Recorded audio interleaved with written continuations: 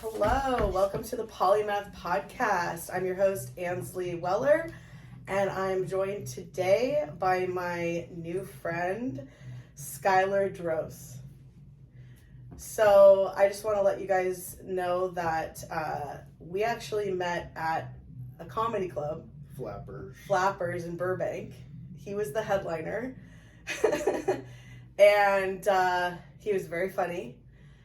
And here we are, like maybe 2-3 weeks later, here we are, making an episode, and I told him about the concept of the show, and when I asked, did you know what a polymath was when I mentioned it? I had not heard of a polymath. And then you kind of like researched it, and you're like, yeah, I'll do that. I'm a polymath. What's a polymath? For the viewers at home, right? Because, not everyone knows what a polymath is. I didn't know what a polymath was. What's a polymath? So to me, I started getting interested in the concept of like in a polymath from an innovation standpoint.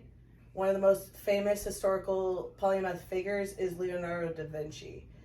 And I believe that the future is polymath, so I wanted to create a show around it where we gotta if we want to solve the world's problems, we need to get polymaths to do it. Now, I just want to tell you guys a little story. It's like, you're a perfect example. The moment you arrive, you're in polymath mode, where you're like, no, this is where we got to put the camera. Like, you just like solved a problem, and you use the aspect of your persona, the director in you. This is a comedian. This is an actor. This is a director, and much, much, much more. So what are some of your other areas that you're blending together? Obviously, like the acting and the directing and the comedy all go hand in hand, right? Yeah, I don't know what else I do, to be honest. I don't think of myself as doing anything, but I say to myself that I'm good at it. Like, I'm like, I don't know what I'm doing, but I'm good at it. No, don't nod your head. That's a terrible philosophy for life, but it's fun. It's got... I don't know like what it does for me to think that way, but it's fun. Well, it's like identity work. You're you're kind of having faith that I'm good at it. I mean, yeah. As I don't know if I mentioned to you, I don't know if I mentioned to you, but I've worked with Michael Bay, the filmmaker. Okay. And he worked with a mantra. Box office hit, box office hit, box office hit. So for you to say, I'm good at it, I'm good at it, you're calling it into existence. You're letting your cells in your mind know. Yeah, you're a very spiritual person? Yeah. Okay, I'm getting that vibe. You're religious? No. Okay. I mean, I love Jesus, but I'm not That's religious. super religious. Okay, fine.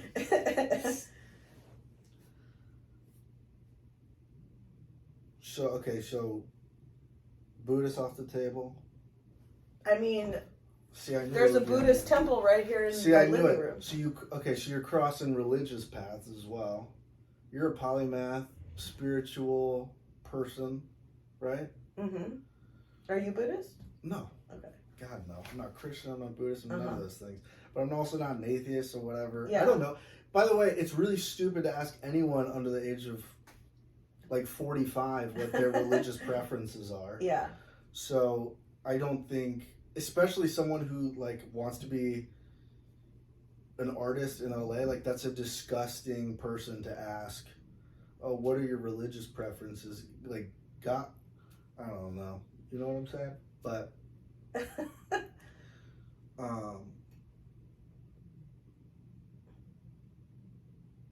I don't know what I was saying. So yeah, you're spiritually polymath. You're polymathematically spiritual. I mean, like the ultimate religion is art, right? Love, art, I agree. Creativity, filmmaking, right? I agree. That's the ultimate storytelling, where you're dealing with the nexus of everything: psychology, photography, design, interior design, like archetypes, everything. So to me, that's the highest thing of spirituality, is like, how do you take like an idea, get the funding for it, make a movie, get people all over the world to see it? Mm-hmm. You know, that's like applied spirituality. That's a spiritual experience. If I ever saw one, is seeing all the people that come together to make a film, to make an experience for other people to watch. Yeah. The Real comes out March 10th. You can watch that on the Skylar Droz YouTube page. It's also going to be on Instagram, maybe TikTok. Who gives a fuck? It'll be on Twitter, most likely. Formerly known as X. You can find it on YouTube. It's going to be a compilation of some of the work that I've done over the last year. It was primarily produced in Atlanta, Georgia. Who cares? Just watch it. It's going to be great. And yeah, any questions about that? I mean, so fill in some of the stuff here. So you have a director reel. Yeah. Basically. So what have you directed? Like what are your projects? What's in the reel? Just gotta see it. I don't. I've made 25. I've made probably 28 independent films. Probably 23 of them suck, and you're gonna get to watch the 5 that don't. Okay. Pretty much. Did you go to film school? Hell no, I didn't go to school for anything. Okay. I went to. They're features? They're full-length features? No. God. Short films? Yeah, short films. Okay. No, these are not long. They're Okay. bite-sized. Everything is bite-sized. They're all like concepts of larger ideas. I'm not going to explain it. Okay. All right. So are you acting in any of these films? Yeah. All of them? All of them? pretty much, yeah. Okay, so you're a filmmaker. Like, are they comedic? Yeah. Okay, they're all comedic. But if you watch it and they're not funny, they're not comedic. Okay, but they have like a humor to them. Okay. Cool. So what how long have you been in LA? Like, what brought you here? What are your goals to be here? Why did you want to be on the Polymath show? I just asked you like 10 questions. Oh, great, thank you. I've been here been here for, so I'm yelling, by the way, because the microphone is in the camera and it's far away, so I have to make sure that I project, and that's why I'm yelling. It's not an aggressive thing. I'm also leaning back, so it's hard to project. Okay, so the answers are, I've been here for, I think, 4 months at this point in LA. I treated my life in Atlanta as this is my college experience. That's in quotes if you're just listening. Because I didn't have a college experience. But my mom, when I was a kid, would talk about how she loved the first week of college. The first week of college was one of her favorite weeks of her life because she could just walk. She could walk around campus, and every person that she would come up to, they'd instantly become friends because they had in common that they were all looking for new friends. I went to college. I had a pretty shitty experience. I lost my scholarship and was like, I'm not trying to go into debt. I didn't want to be in college in the first place. My parents forced me to go. But all of that happened, and then I was like, okay, well, I want the college experience. So I said in Atlanta, the next 4 years of my life will be my quote-unquote college experience. And I was like, I'll do stand-up as a course. I'll do improv as a course. I'll do filmmaking as a course. And ended up, in my estimation, majoring in improv and like some filmmaking stuff, and then kind of minoring in stand-up, other kinds of performing arts. I was like writing plays, I was in plays, I was in musicals, and that gave me an amazing, very like enriching cultural experience on top of the college element, where I had mentors that had been filmmakers for decades. I had improvisers who had been at UCB and Second City and all these different places and been on shows who were teaching me how to do improv, and I did that for 4 years. It was a great experience, and then I got to the end of it and was like, what's next? Okay, I'll do quote-unquote grad school in LA, and that'll give me enough structure to continue to produce things, write things, be in things, without it feeling like a whirlwind of chaos that LA, I figured, could feel like. And being in graduate school would give me the structure. It's about, what's grad school about? It's about proofing things, producing things, getting things checked by mentors, and then publishing your work. So for the next 3 to 4 years, I'm just in LA to publish as much work, high quality work as possible. And so that kind of answers like what I'm doing in LA. Yeah. Why am I on this podcast? I put out into the universe that I wanted to also do podcasts, and then like a week later, after an open mic, you were like, hey, I run a podcast, and so I said yes. Awesome. Yeah. When's your next show at Flappers? I don't know. What's your favorite comedy club? Not here, yeah. In LA, yeah.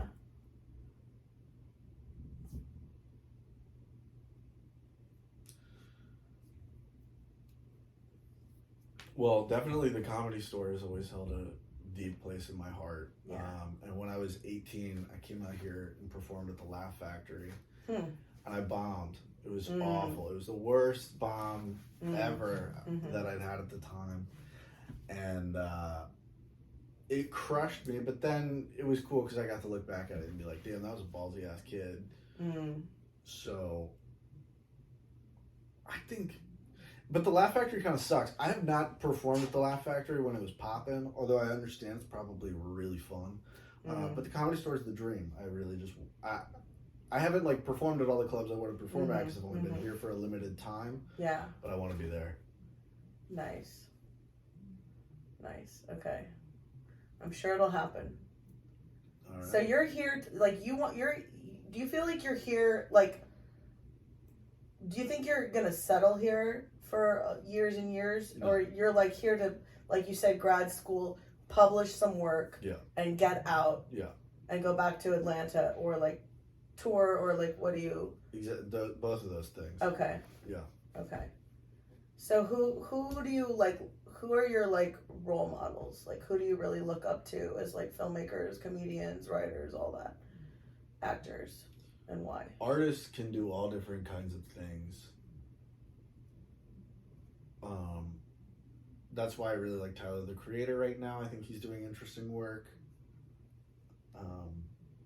Even though what I do is completely unattached to anything he does. My biggest mentor for life is a soccer coach. Oh, okay. Because what's a soccer coach? A soccer coach would be in old times, whatever, like a war general. Everything is about structure, control, and creating an environment that is like a machine for success. Okay. And there's a soccer coach that for me was so good because he also took control of people's emotions at a very high level. And he could control people with just the power of his heart and his head.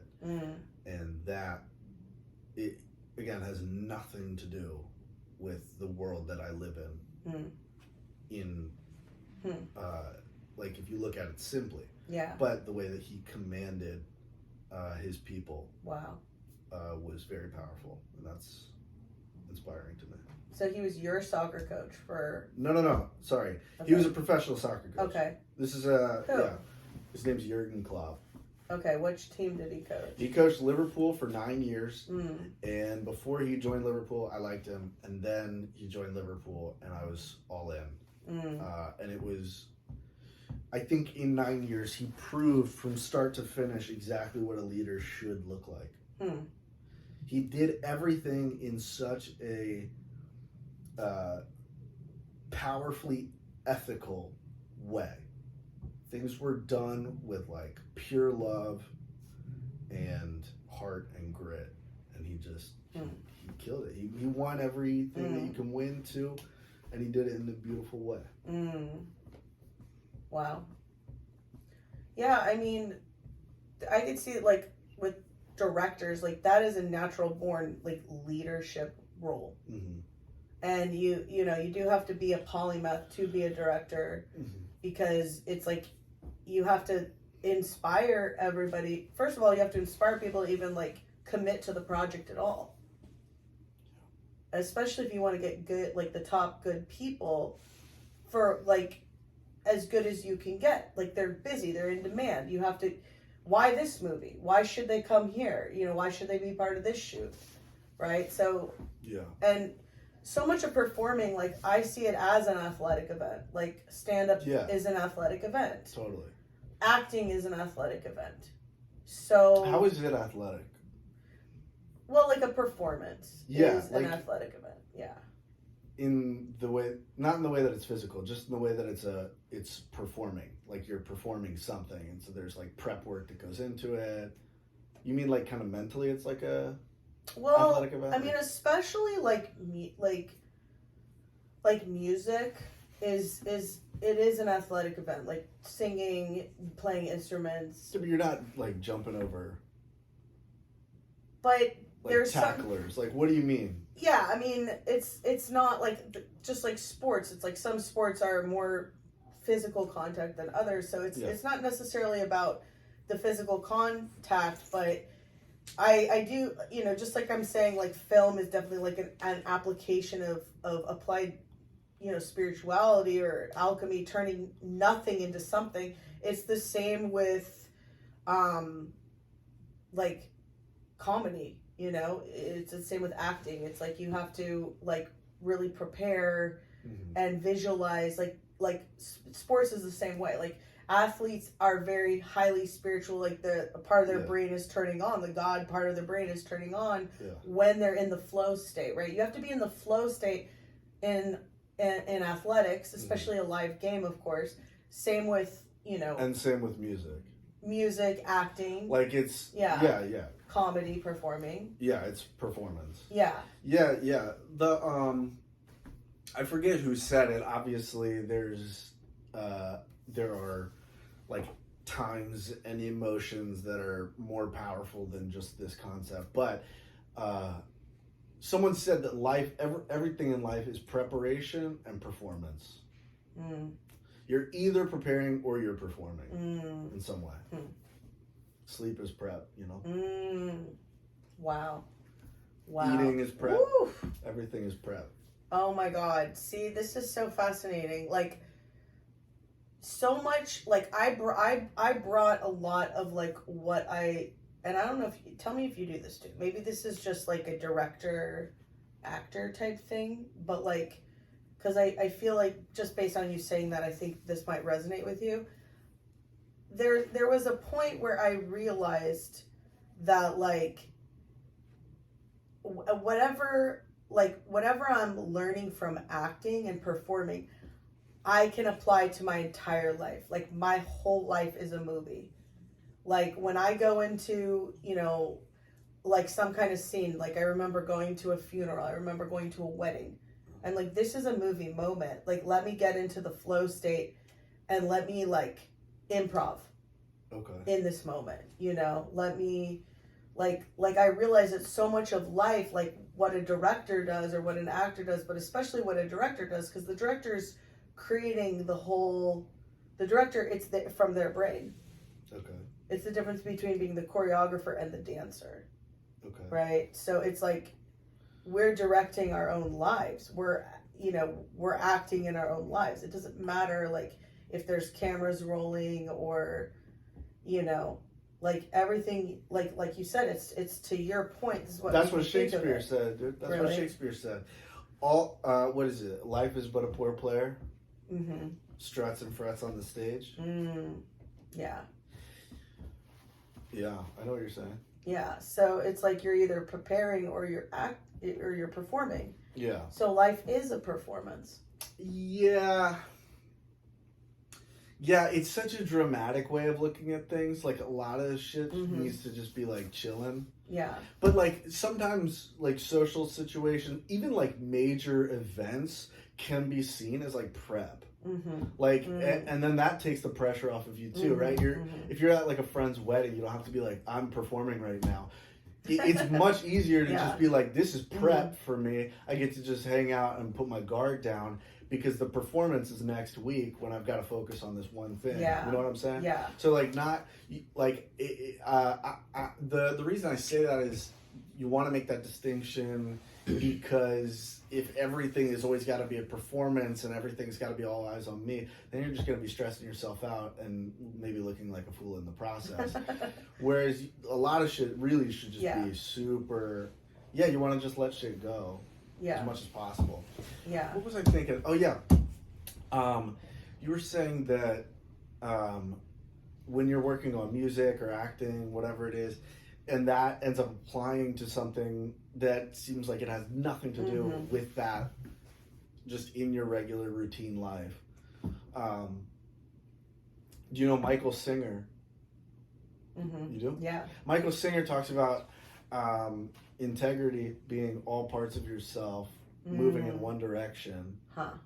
And so you're finding the same issue that comes up in acting or comes up in music is affecting the other stuff in your life because in a way you're integrated. Wow. Oh my God. I like that. That's it. And it is all about the integration, right? Yeah.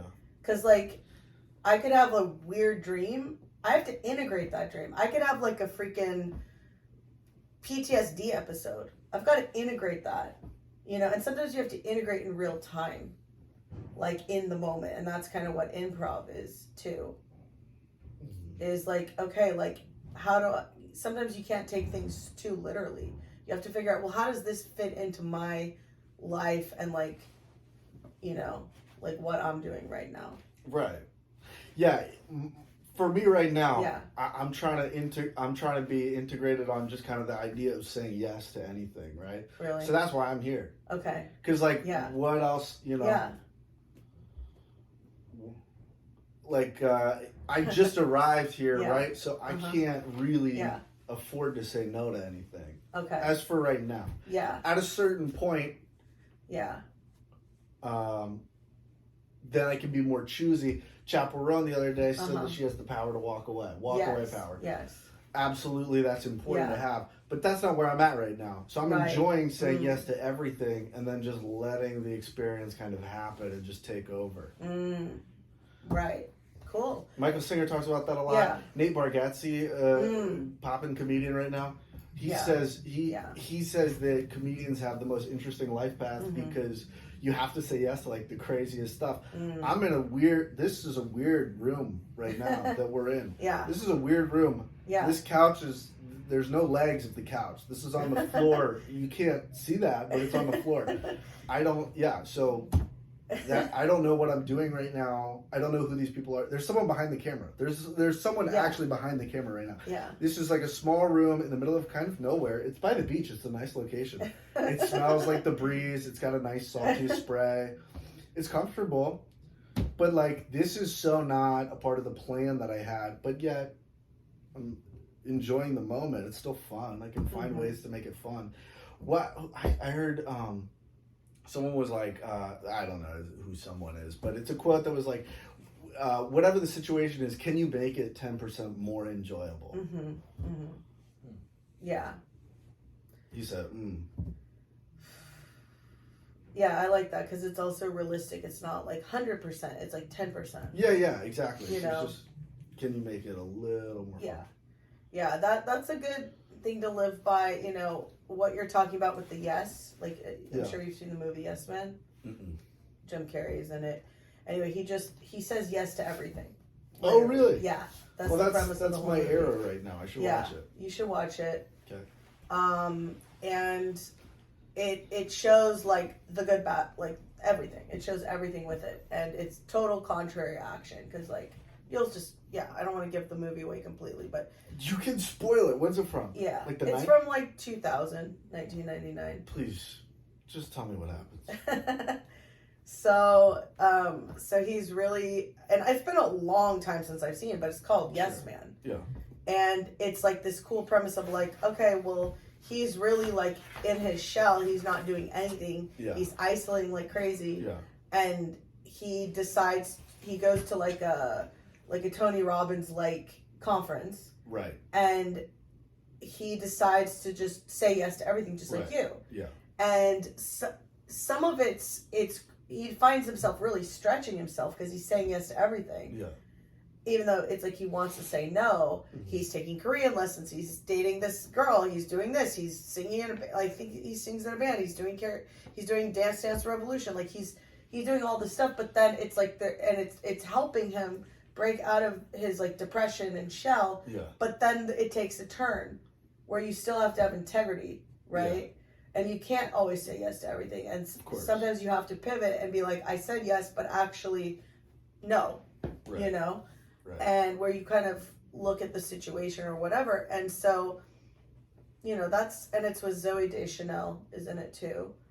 And, so and so there's that. And like there's this idea of saying, like, choosing the best option that we have minute to minute. Because I used to be kind of like, when I was a kid, I used to be a little indecisive. And then I became extremely decisive and it really helped me with decision making to be like, okay, what's the best option right now? Okay, an hour later, what's the best option right now? What's the best option right now? And so I kind of worked with that. And that's sort of like, we don't have to wait till we're like in Chappell Roan's position because we always have options. Like we always have options. And I know what she means. She can say yes to the Grammys and she can say no to the Super Bowl. She can, not that she would, but you know, she could say yes to the Grammys and no to this feature film. Mm-hmm. She has more options because especially now being a Grammy winner. Right. And she's very kind of like outspoken and deliberate, like with her choices that she's making. You know, she realizes there's the show within the show within the show within the show, you know? So she's like, you know, she's really an activist too, as well. Like she's trying to kind of use her platform to, in a higher way than I think a lot of typical people do. Like she takes risks for sure. And I think it is coming from her. I don't think it's necessarily coming from her management. I think it's working. So far so good, but it's like I think she has a little bit of an element of like loose cannon where they're like, like I hope that she doesn't say the wrong thing, you know? Like I think they're probably like she probably has, she probably will. Yeah. I heard that she and you should clip this. I heard that she one of her like bass players' dad died. Mm-hmm. And she had to take a phone call to the bass player. And Chaperone was like, "You're fired." What? Drama, dude, gossip. Really? I don't know. Because her dad died? Yeah, I don't know if it's true. Wow. Who cares? It probably is. Chaperone, come at me. Maybe they didn't know. Maybe she didn't know that the dad was dying. But this is really interesting that you say this because... Is it? Like... I don't know. Sometimes it's like that in the entertainment industry. Yeah, I bet it is. Like, and I bet the person who told me that too was bullshitting. So it's probably like that too. Yeah. I don't know. It's all hearsay. Yeah. So I don't want to talk about it. Okay. I was bringing it up to be kind of annoying. Who cares? Mm. Who cares? Who cares? You're pressing the envelope. I was Yeah. going to tell you, too, that Nate Bargatze... Ooh, I gotta head out. You have to head So, out. Okay. wait, that was inappropriate to say. It's Maybe okay. let's find a nicer way to transition Okay. out of here. Nate Bargatze, yeah, go ahead. I was just going to say, Sorry. he's doing a show this Sunday. Yeah, word. At, if you want to... I could try to get you a ticket for it if you're interested. Well, It's I like a have pretty to at small least say venue. yes, Yeah. because that's my era. And then Oh my gosh. whatever happens, happens. What's your next era going to be after this yes era? Just fucking focusing on my own thing. Okay. Because I know exactly what I Yeah. need to be doing. Okay.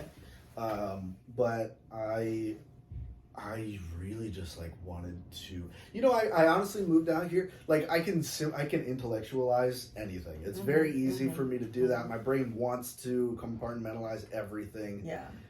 To the deepest and highest levels, it just wants to do that. So I can intellectualize all types of bullshit. But the true reason that I moved out to LA was because I wanted adventure. Okay. And it's like, yeah, I'm getting that. And I kind of wasn't getting that. So I was like, I got to start saying yes to everything. And that's kind of where that kicked off, Okay. I don't want to sound like I am doing two different ways of living. But, contradictions happen. Yeah. So I gotta go. I'm gonna go to a show in Van Nuys. Thank you so much for having me, Ansley. Yes. This has been a great time, and to all the listeners, which I know that there's an infinite number of people that are listening right now. Bless your soul. Thank you. And how do we find you? What are your socials? It's just Skylar Droz, SCHUYLER on everything. First name's William Skylar Droz, baby. That's the full thing. But is that in you your can see me anywhere, anytime. Yeah. I'm all over the place. Okay. Go enjoy everything that I have to offer because it's out there. And especially March 10th, go check out The Real Real. I'm not like super all over social media within the first like week or two that you've seen this. But that's something I'm going to be kind of getting more into. It's not like a big deal. Like I don't care about social media. What I care about is like people having access to my work.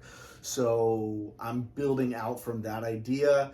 If there's not that much to find for me right now, there will be in the future. So stay patient, follow me, and I'll see you in the future. Peace. We will. Okay. Well, thank you Thanks, so dude. much. Peace out. Peace. Thank you so much. All right. Bye. Nice to meet you. Nice to meet you. Pleasure. Thanks for having me. Bless you. you on your future adventures. Thank you. You too. Bid you a farewell. All right. Thank you Take so care. much. Thanks again. Have a good night. Thanks, you too. Okay.